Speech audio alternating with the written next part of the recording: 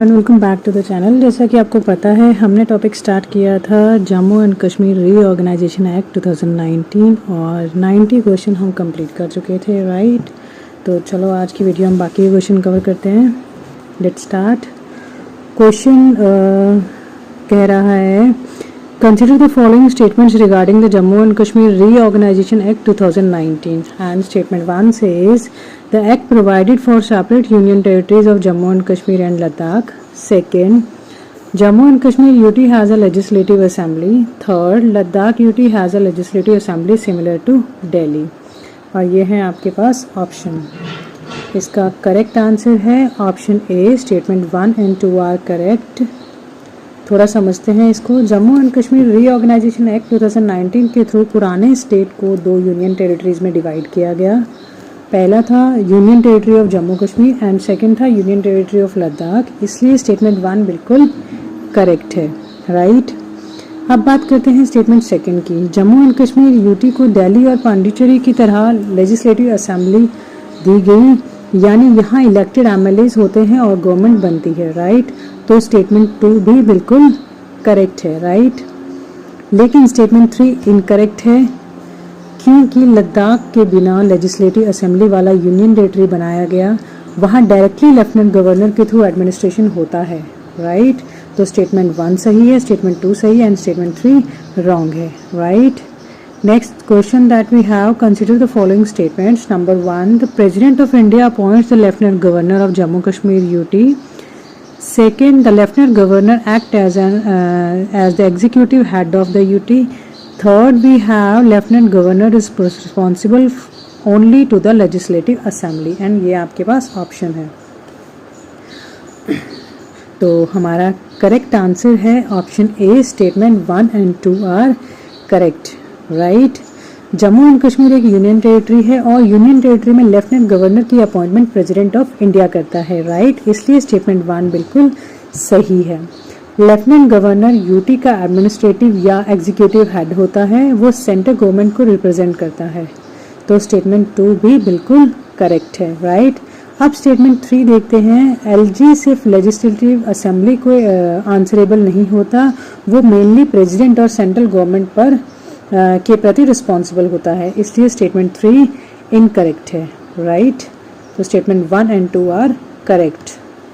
Next we have consider the following statements regarding legislative powers. Statement first says the Jammu and Kashmir legislative assembly can legislate on subjects in the state list except certain reserved subjects, and statement second says police and public orders are reserved subjects, and statement third says Ladakh UT has the same legislative power as Jammu and Kashmir UT। और ये आपके पास options हैं। हमारा correct answer है option A. Statement 1 and 2। Jammu and Kashmir UT को legislative assembly दी गई है, इसलिए असेंबली स्टेट लिस्ट के सब्जेक्ट्स पर लॉ बना सकती है, राइट। लेकिन कुछ इंपॉर्टेंट सब्जेक्ट जैसे पुलिस या पब्लिक ऑर्डर सेंटर के कंट्रोल में रखे गए हैं, तो स्टेटमेंट 1 बिल्कुल करेक्ट है, राइट। स्टेटमेंट 2 भी करेक्ट है। एंड अब स्टेटमेंट 3 के बारे में देखते हैं। लद्दाख के पास लेजिस्लेटिव असेंबली नहीं है, तो उसके पास जम्मू एंड कश्मीर जैसी लेजिस्लेटिव पावर भी नहीं है, राइट। इसलिए स्टेटमेंट 3 इनकरेक्ट है। नेक्स्ट वी हैव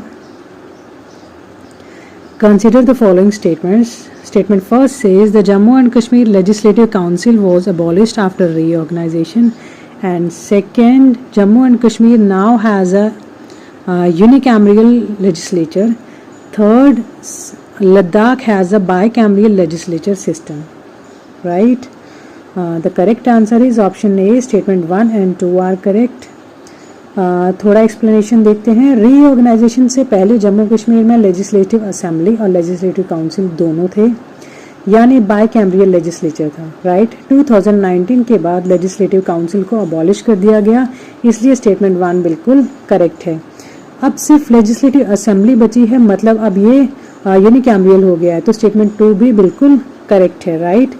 स्टेटमेंट 3 गलत है क्योंकि लद्दाख में कोई लेजिस्लेचर ही नहीं है, ना यूनिकैम्ब्रियल और ना बाई कैम्ब्रियल, राइट। तो next question that we have, consider the following statements regarding judiciary. Statement first, The High Court of Jammu and Kashmir and Ladakh serves both union territories. Second, the Supreme Court has jurisdiction over both UTs. Third, separate high courts were established for Ladakh after the act. Right? The correct answer is option A. Statement 1 and 2 are correct. 2019 के बाद अलग high court create नहीं किया गया, एक ही high court continue रहा। High court of Jammu Kashmir and Ladakh ये दोनों यूनियन टेरिटरीज को सर्व करता था, इसलिए स्टेटमेंट 1 बिल्कुल सही है। सुप्रीम कोर्ट ऑफ इंडिया की जुरिडिक्शन दोनों यूटीज पर फुल्ली एप्लीकेबल है, इसलिए स्टेटमेंट 2 भी बिल्कुल करेक्ट है। स्टेटमेंट 3 इनकरेक्ट है क्योंकि लद्दाख के लिए सेपरेट हाई कोर्ट इस्टेब्लिश नहीं हुआ था। Right. Next question that we have is consider the following statements. Number 1, the Ranbir Penal Code was replaced by the Indian Penal Code.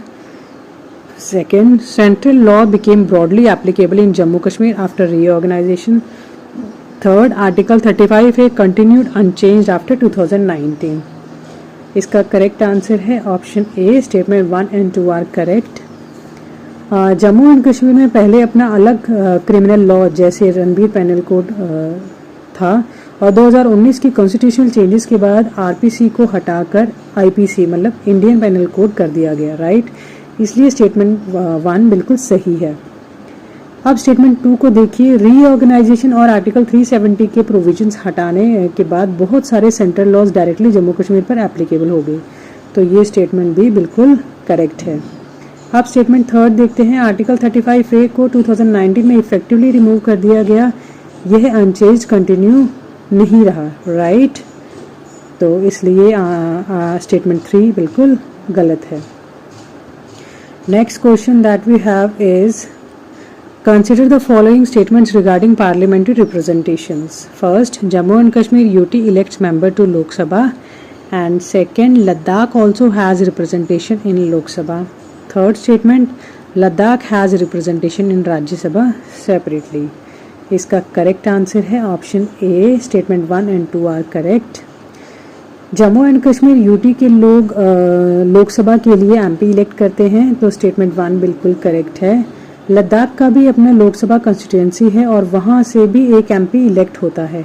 Right, तो statement 2 भी बिल्कुल करेक्ट है। अब स्टेटमेंट 3 को देखें तो राज्यसभा रिप्रेजेंटेशन सिर्फ जम्मू एंड कश्मीर यूटी को मिला हुआ है, लद्दाख का सेपरेट राज्यसभा सीट नहीं है। राइट, तो स्टेटमेंट 3 बिल्कुल इनकरेक्ट है, रॉन्ग है।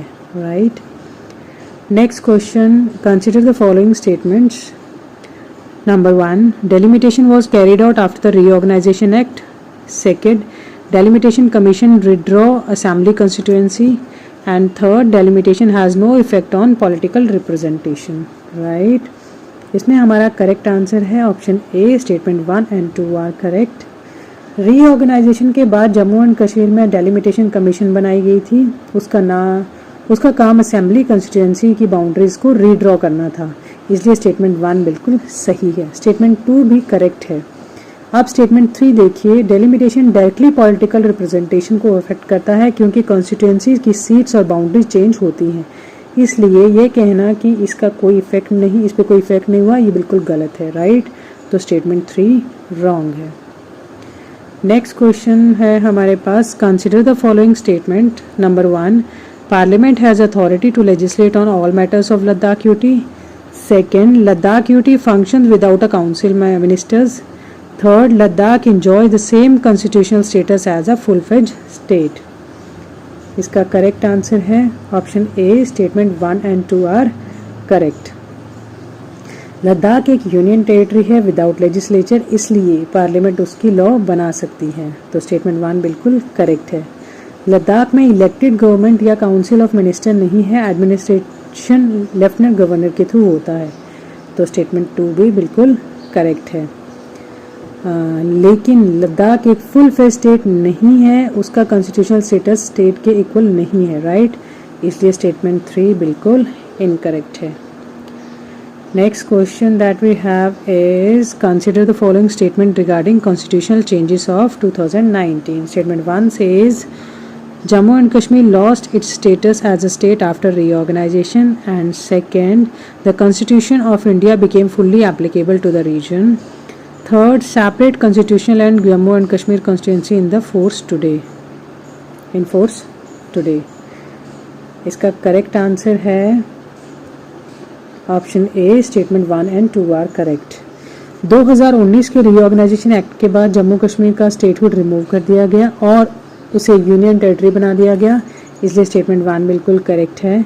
उसके बाद इंडियन कॉन्स्टिट्यूशन फुली एप्लीकेबल हो गया कश्मीर में, जम्मू कश्मीर में, तो स्टेटमेंट 2 भी बिल्कुल करेक्ट है।